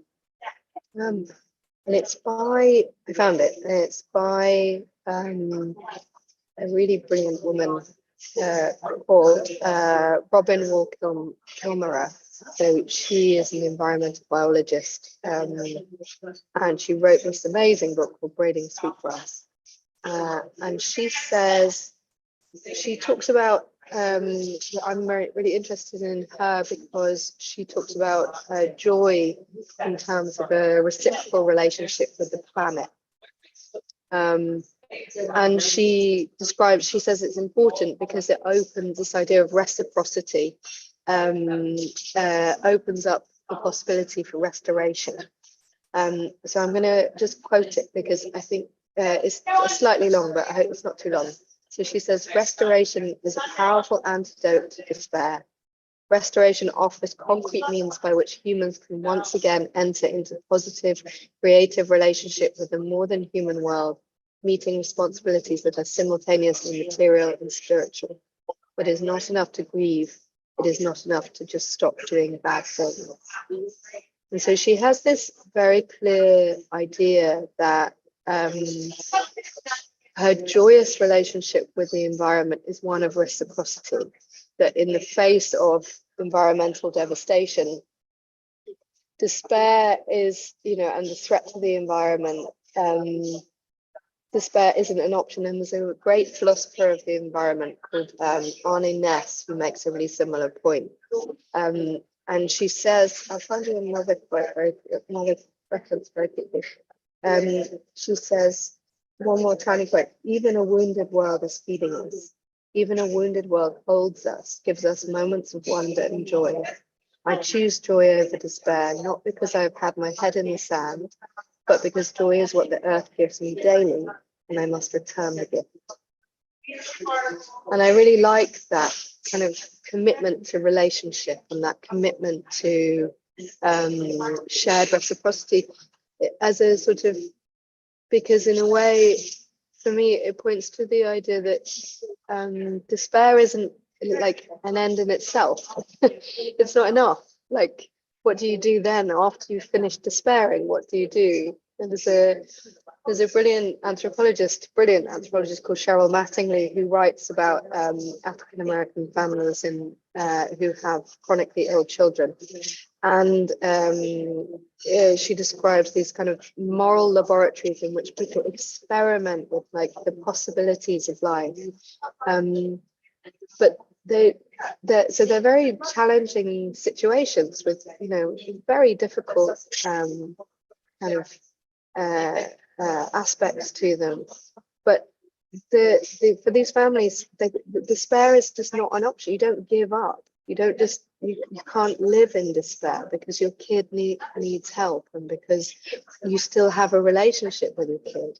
And I think there's something really beautiful about recognizing simultaneously both the challenges we face and also the kind of the possibilities of hope and awe and joy, and asking whether or not we're able to hold both. Like, can it be both?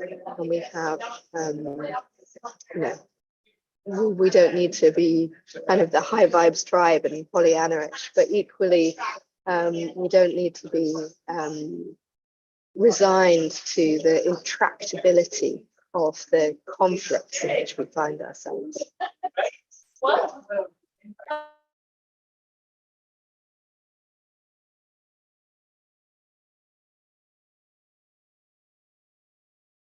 Thank you for that, Jo. Really well, beautifully put. I saw in the audience, I saw Hannah de Jager had raised her hand a moment ago. I don't know if, Hannah, I don't mean to put you on the spot, but I don't know if you wanted to offer something up since all of this is so close to your work, if you're still here.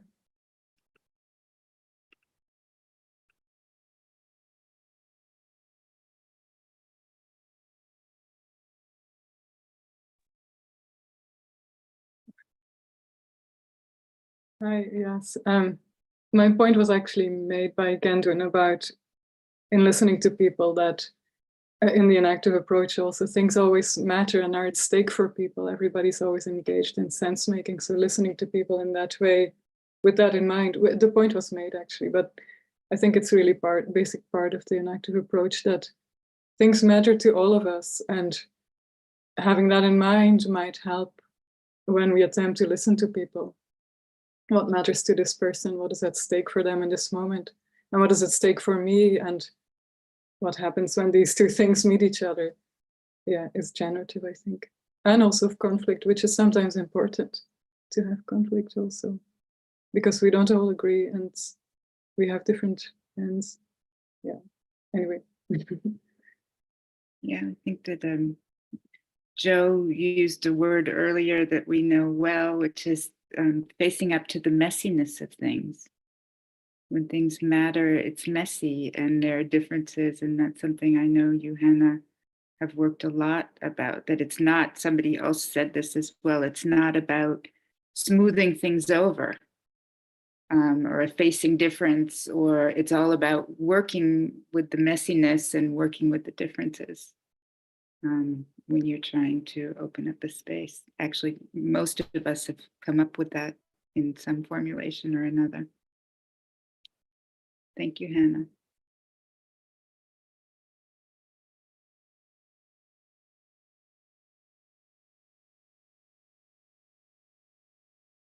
If anyone else wants to offer anything, please feel free. We have just under 10 minutes or so, so maybe one more comment before we wrap up, or question, or maybe even two if we have time.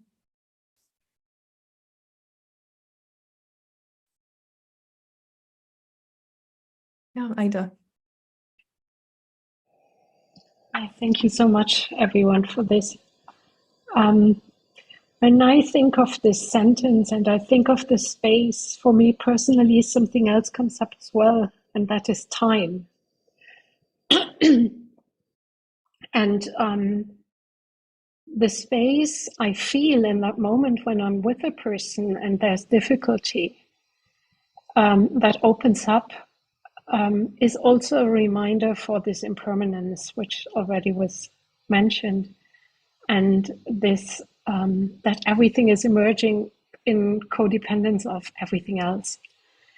And that opens up space and time, actually, because I can see my own permanence and that of the other. And for me, that makes the space even bigger and wider. It also allows hopefully, I'm not a saint, it allows me hopefully that I can also remember that my opinion is also just an opinion and a view. So that helps to step back and to maybe even create more space in between. Thank you.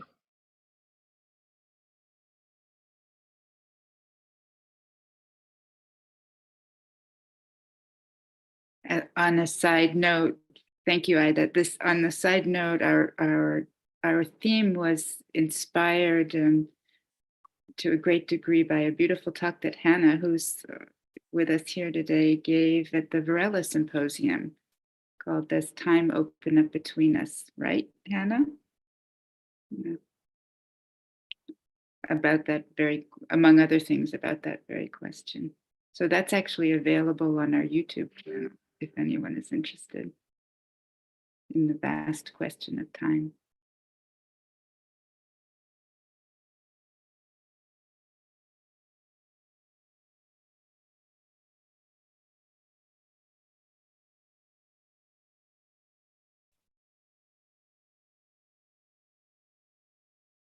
Okay, it almost feels like we've been stunned into listening repose for the moment. I'm wondering if, since we have just, a couple minutes left, if there's no more questions or comments in the audience, if there's any more words that you'd like to toss into the center of the space from our panelists. Is there anything else you'd like to offer before we close? It could just be a word or a couple of words, or even maybe something you're going to return to your life and work with just after this discussion, something that's been provocative or evocative for you. I think I'd just like to say thank you. I'm not sure what I thought this was going to be. And it's been genuinely fascinating. It's so wide-ranging and exploratory. And yeah, I'm very grateful. Thank you all so much for it's been a real pleasure. It's a real gift to hear all of your perspectives. I've learned a lot. Thank you. I wanted to just thank you all for a terrific conversation, and to thank the Institute for a brilliant idea for a theme. I mean, a space is a structure of possibilities. When we open up a space, we open possibilities, and that's just always a good thing.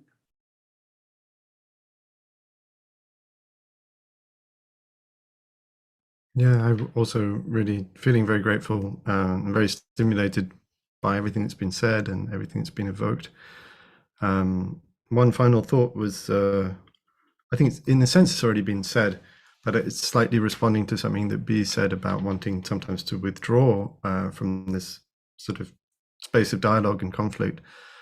And since we've been talking so much about the space in relationship, it's just been striking me that we don't have to be in relationship to be in relationship, in the sense that we, even alone, we're still in relationship. And I think Gendon was saying before, we're in the relationship with our body as mystery, with our mind as mystery, but also we're always in relationship with Mother Earth, just in the feeling of connectedness, the feeling of weight,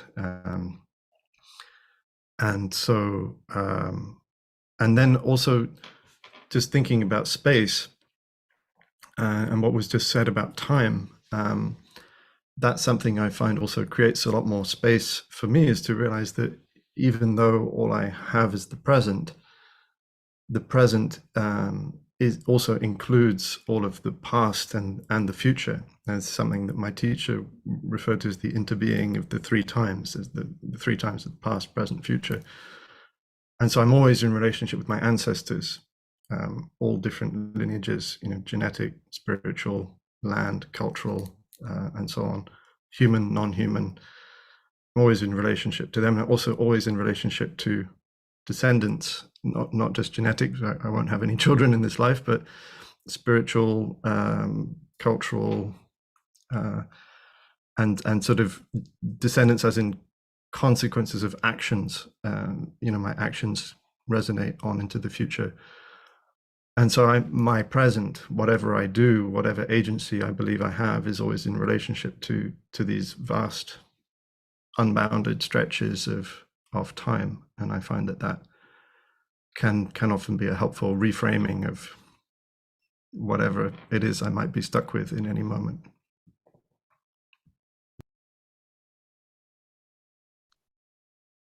Yeah, thank you for that.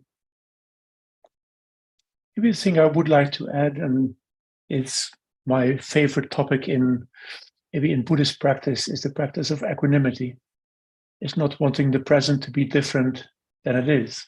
The present has already arisen. I think much of our discomfort, and our anguish and anxiety comes from not accepting, wanting to get out of this moment, whatever it is. And in the moment you understand that it is already there, it is in that sense inescapable. You can relax into it. And as was said before, the present can be extremely messy. But as long as you stop wanting it to be otherwise, at least you end the conflict with the present, and you can start to listen. And it's worthwhile to, as we have seen, to listen deeply and to make sense of that. And that also starts with ourselves, to even when our bodies and our mind respond with discomfort, they do so because they think they have purpose. They want to protect you. They want to care for you. Whether or not this is rightly guided is maybe sometimes beside the point. It is already, to come back to Joe's appreciative joy, it is already quite something to just realize that most beings just want to contribute to wellness, even though they might be occasionally mistaken. And I think that is a good starting point for all life. As holiness is always endless repeats. Now, a good definition of a living being might be something that wants to become happy. I would like to avoid suffering. So thank you for opening a conversation, and now my longing to find each other again and to continue this conversation has only grown. I would like to offer a feeding metaphor, and it's the one of air. So this air that is in between us when we open up this space. So there is, and we can breathe finally. So there is also some sort of distance. And so there is this breathing, and this can really relate also to our practice from different traditions. But I'm also thinking this like really a metaphor that has really to do with my feeling body. I really feel this air that is also all around us, right? And a few days ago, I read these lines from a Tibetan master, and Khyentse Wangpo. He was saying that, when we are in this clarity of the openness, is like, a bird who is flying and leaving no traces in the sky. So we can see that there is, this movement and there is the air there, but no traces are left. So in a way, I would like also to offer this image for ending today. Thank you.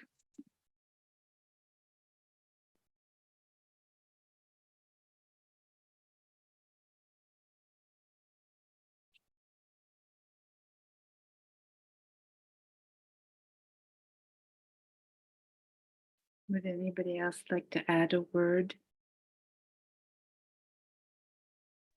Just wrote in the chat that for me, opening the space is a wonderful practice of selflessness.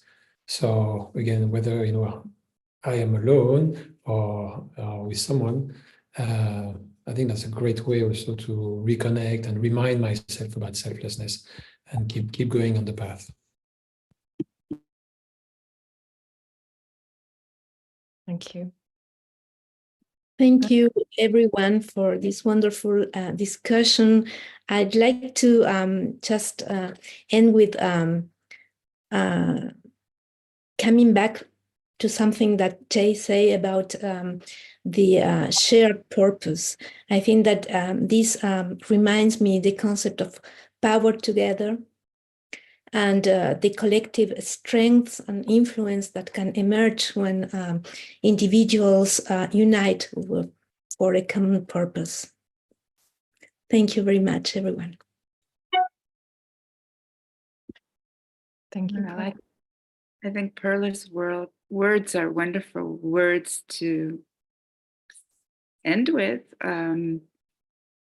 Power together, not power over.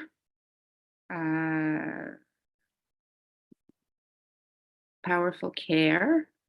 These are all questions actually that we're going to be thinking about at Mind and Life Europe in 2024 and beyond.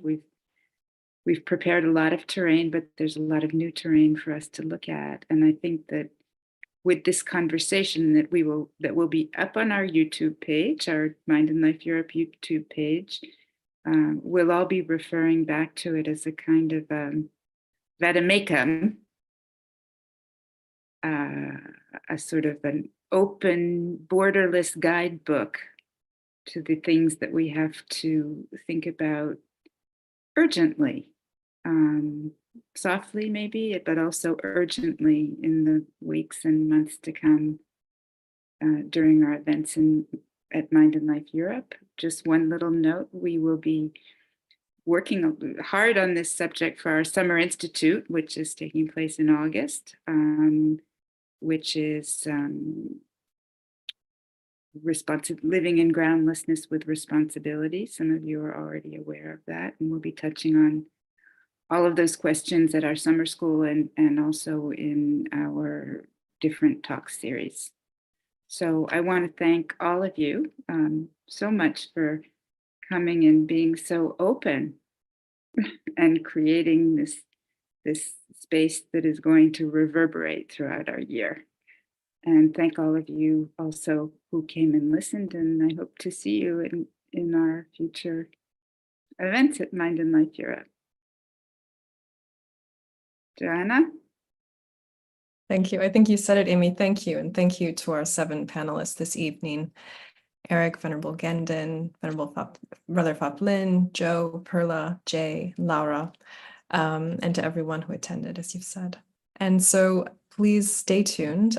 This is really just the beginning of 2024 and our collective inquiry into this theme. And so just a few upcoming online programs to which you're all invited. We'll be starting Core in Action Semester 4 later this spring at the end of March. We'll be continuing other online series, the Mind Matters series, where we'll be exploring Gaia and other themes that have come to the surface already in this discussion. And we'll be starting a new podcast too at some point. So stay tuned. And if you'd like to join us, please feel free to join our newsletter or get in touch with us via our website. So thanks again to everyone and have a good, spacious rest of your day or your evening, wherever you are. Merci.